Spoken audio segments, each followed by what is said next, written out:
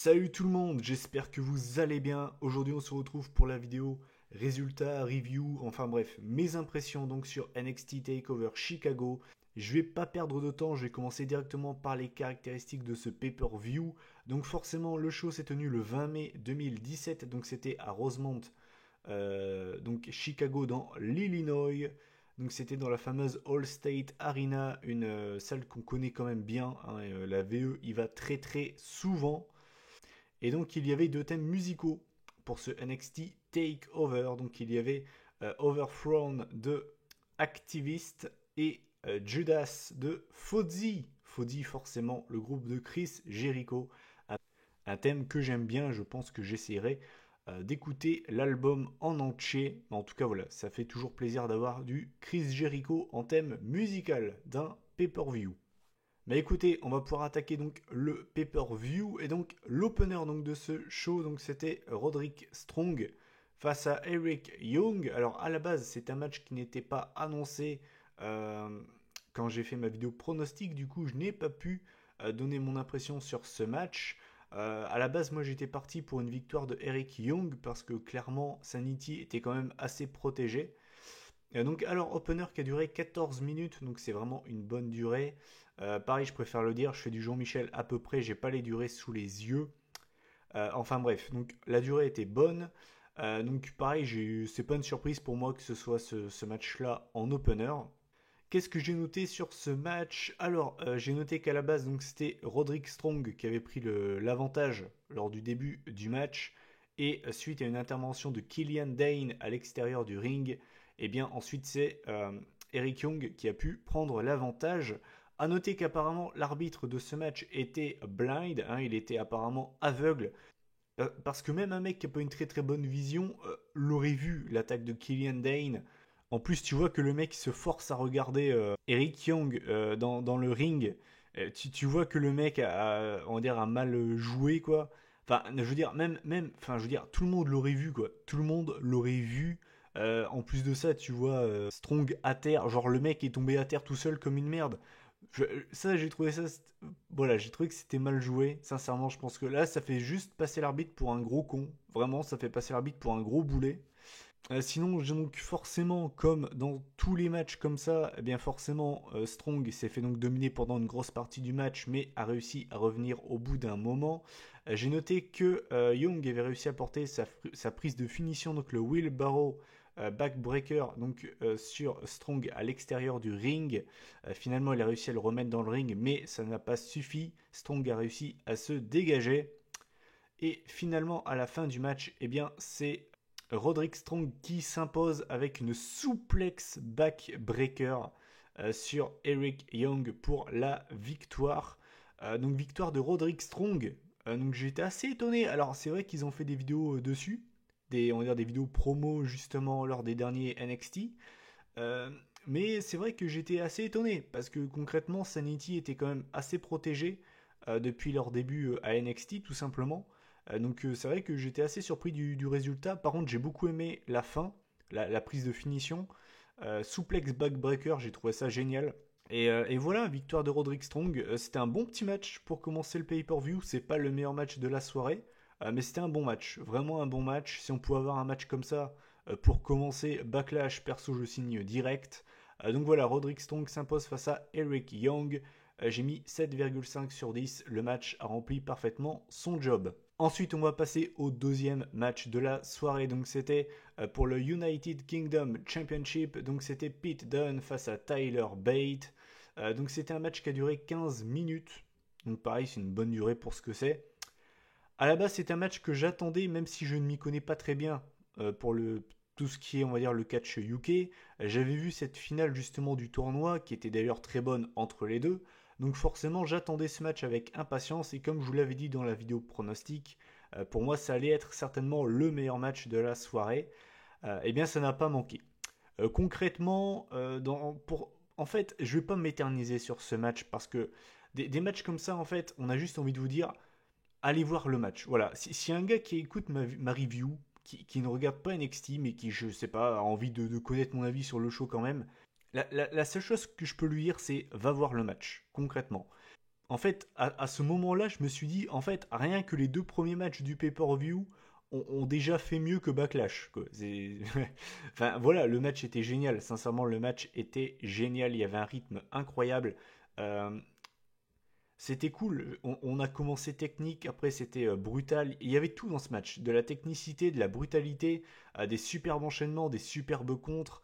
J'ai beaucoup aimé à un moment le standing shooting star press, contré en triangle choke par Pete Dunne. J'ai trouvé ça génial.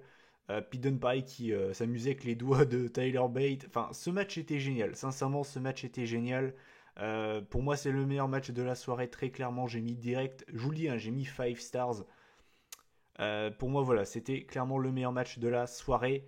Ce que j'ai également noté, que j'ai beaucoup aimé, donc, c'est que les prises de finition ont été protégées. On n'a pas eu la prise de finition de Tyler Bate.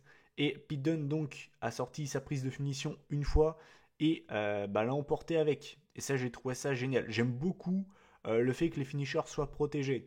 Donc voilà, Pete Dunne s'impose avec sa prise de finition. Désolé, je ne connais pas son nom. Comme je vous l'ai dit, je ne suis pas très calé pour tout ce qui est catch UK. J'ai également beaucoup aimé quand il a voulu la sortir la première fois et que Bate l'a contré avec un DDT. J'ai trouvé ça génial aussi. Voilà, Pete Dunne, nouveau United Kingdom champion. C'est pas une surprise, c'est ce que je vous avais pronostiqué. C'était un très bon match. Voilà, j'ai trouvé ça génial de mettre ce match-là lors de NXT Takeover. Ils n'ont pas fait ça pour rien, hein. Ils savaient très bien qu'ils allaient démarrer leur nouveau show justement weekly consacré au catch UK. Et quelle pub! À la base, ce match c'était vraiment pour, on va dire, donner un coup de pub justement au lancement du show. Et quel coup de pub! Vous pouvez être certain qu'après ce match, des gens vont être intéressés par le catch UK, c'est sûr et certain. Et c'était un match génial. Donc voilà, nouveau champion UK, Pete Dunne. J'ai mis donc 5 stars, 10 sur 10. Bravo aux deux mecs, c'était absolument génial. J'aurais vraiment pas rechigné hein, pour 5 minutes en plus, c'était tellement bon. Comme dirait Sturi, c'est ça le catch. Ensuite, on va passer au troisième match de la soirée. Donc, c'était pour le NXT Women's Championship. C'était un triple threat match. Donc, on avait Asuka, la championne, face à Ruby Riott et Nikki Cross. C'est un match que j'attendais quand même, l'air de rien. Match qui a duré 13 minutes. Alors, je vous le dis direct, il y a une chose qui m'a assez dérangé. Et apparemment, j'étais pas le seul, puisque j'ai un petit peu commenté le show sur Twitter. Et apparemment, j'étais pas le seul à avoir remarqué ça. Alors, le match était cool, je préfère le dire, hein, j'ai apprécié le match, mais quelque chose m'a dérangé quand même et ça m'a même sorti du match. En fait, il y avait des problèmes d'enchaînement. À un moment, je ne sais pas si vous l'avez vu, il y avait des problèmes de rythme en fait. Il y avait des problèmes de rythme, c'est-à-dire que, genre, en fait, ça se voyait par moments que c'était chorégraphié. Il y avait vraiment des problèmes de rythme et ce genre de choses, ça me dérange limite plus qu'un botch. Parce que là, tu vois vraiment que c'est chorégraphié et ça m'a vraiment dérangé. Genre vraiment, ça m'a vraiment dérangé. Franchement, à choisir, je préfère encore un botch qui passe, on va dire, que ça. Ça me dérange. Mais vraiment, je pense que c'est ce qui me dérange le plus dans le catch. Quand tu vois que c'est vraiment chorégraphié et qu'il y a des problèmes de rythme. Ça, je ne peux pas. Vraiment, je ne peux pas. Mais sinon, il y a quand même eu des beaux enchaînements. Je vais vraiment pas rester longtemps sur ce match concrètement. J'ai bien aimé le fait que toutes les Women's, on va dire, ont eu leur temps fort. J'aime beaucoup le côté complètement ravagé de Nikki Cross, c'est ce que j'ai déjà dit plein de fois sur Twitter, mais en fait Nikki Cross est tout ce que devrait être Dean Ambrose en fait, vraiment. Pour ceux qui ne comprendraient pas pourquoi je n'aime pas le personnage Dean Ambrose, pour moi ça, voilà en fait à quoi devrait ressembler Dean Ambrose. Euh, voilà, elle est complètement folle, complètement perchée, et c'est ça que je voudrais voir du côté de chez Dean Ambrose. Alors vous allez me dire, oui, il l'est aussi, mais quand je dis qu'il est, je voudrais le voir perché dans le sens psychopathe un peu, parce que concrètement son personnage c'est du LOL, du MDR, et concrètement ça me fait pas rire quoi. Enfin bref, on n'est pas là pour parler de Dean Ambrose. Donc le match était quand même cool, mais donc à la fin du match, eh bien Asuka a conservé sa ceinture en portant un running kick sur Ruby Riott et en fait elle a fait tomber sur les deux, donc sur Riott et Cross. Cross, je me souviens plus comment elle a été KO, je m'en souviens absolument pas. Euh, Pareil, à un moment donné, on a eu une tentative de Asuka Lock de la part de Asuka. sur Ruby Riott qui allait faire sa senton de la troisième corde. Par contre, alors ça, je l'ai vu venir à 3000 km. Finalement, donc derrière Nikki Cross est intervenu. Mais voilà, donc Asuka a conservé la ceinture. Ça ne me surprend pas. Concrètement, je pense que ce sera Ember Moon qui viendra battre Asuka. Très clairement, comme je l'ai déjà dit, mais la Women's qui battra Asuka ça va tellement lui faire du bien pour sa crédibilité. Je suis tellement impatient de voir Asuka dans le main roster parce que très clairement, elle va apporter cette crédibilité soit à Raw ou SmackDown. Donc voilà, match qui était quand même cool, mais comme je vous l'ai dit, les problèmes de rythme et d'enchaînement m'ont dérangé et pas qu'un peu. Donc au niveau de la note, j'ai mis 7 sur 10. Donc ça reste quand même pas mal. Ensuite, l'avant-dernier match de la soirée, c'était pour le NXT Championship. Donc très étonné qu'on ait ce match-là, pas en main event en fait.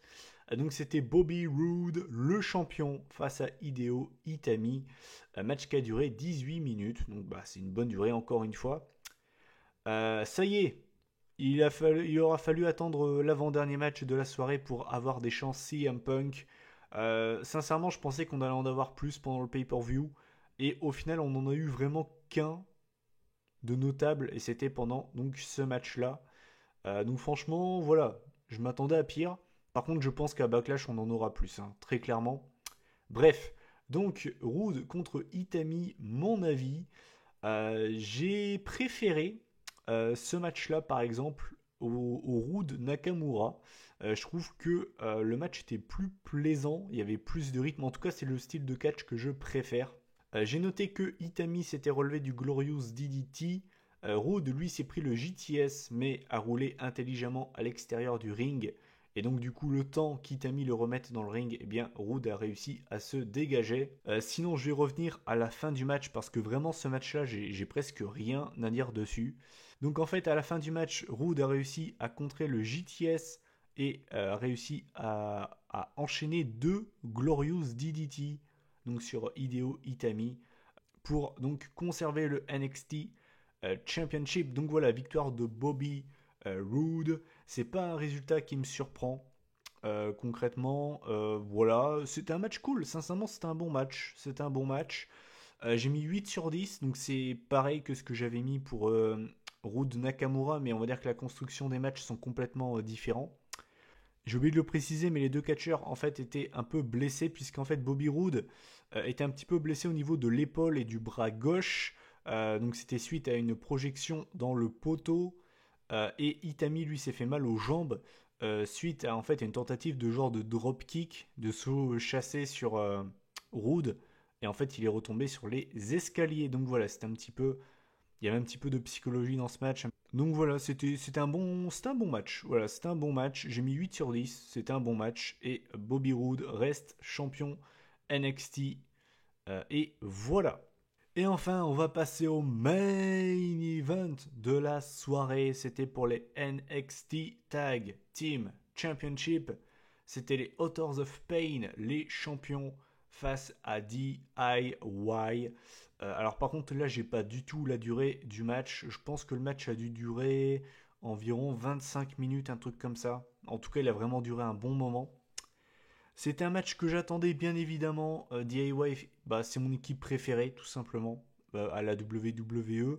J'aime plutôt bien les Authors of Pain. C'est vraiment deux styles complètement différents. D'un côté on a les petits gabarits, les meilleurs amis, et de l'autre côté on a les monstres, les Authors of Pain. Donc dans un ladder match, le troisième dans l'histoire de NXT, derrière Bo Dallas, Neville et Finn Balor, Kevin Owens. Donc on va dire j'ai déjà noté les gros spots du match. Donc forcément à un moment donné on a eu un double splash de la part de DIY sur les Authors of Pain qui était donc sur une échelle. Donc ça c'était bien cool. D'ailleurs à un moment j'ai vu que Ciampa était vraiment mal retombé. Il est limite retombé tête la première contre le tatami, contre les tapis du ring. Ensuite, j'ai noté que Ciampa a porté une German suplex, donc je crois que c'était sur Akam, donc qui est passé à travers une échelle. L'échelle au passage a littéralement mais explosé. J'ai jamais vu une échelle exploser comme ça. C'était n'importe quoi. Voilà, c'était on va dire les deux principaux trucs qui m'ont marqué. On a également eu le finisher des DIY en fait sur Razor qui en fait avait une échelle sur sa tête. Il voulait faire, vous savez, quand les catcheurs mettent une échelle sur leur tête et tournent justement pour mettre des coups d'échelle, et bien là il s'est fait contrer par DIY. Il est donc tombé, il était à genoux et ils ont pu porter leur finisher donc sur lui. Mais malgré tout ça, malgré toutes leurs tentatives, ça n'aura pas suffi. Il y a même Paul Herring qui a voulu intervenir pendant le match, sauf que Johnny Gargano lui a mis un bon petit coup de pied dans la tronchetasse. Mais donc voilà, malgré ce très bon match de la part des DIY, eh bien ça n'aura pas suffi, puisque donc à la fin du match, on avait DIY qui était à 2 doigts de remporter le match et de décrocher les ceintures. En fait, on a les Authors of Pain qui enlèvent les échelles, DIY reste accroché aux ceintures, les Authors of Pain les chopent à la volée, leur portent une double powerbomb, les relèvent et leur portent le Super Collider. Donc voilà, pour la victoire des Authors of Pain qui derrière ont tranquillement le temps d'aller décrocher les ceintures. Donc voilà, les Authors of Pain conservent les ceintures et restent donc champions. C'était vraiment un bon match. C'était vraiment un bon match, un bon main event.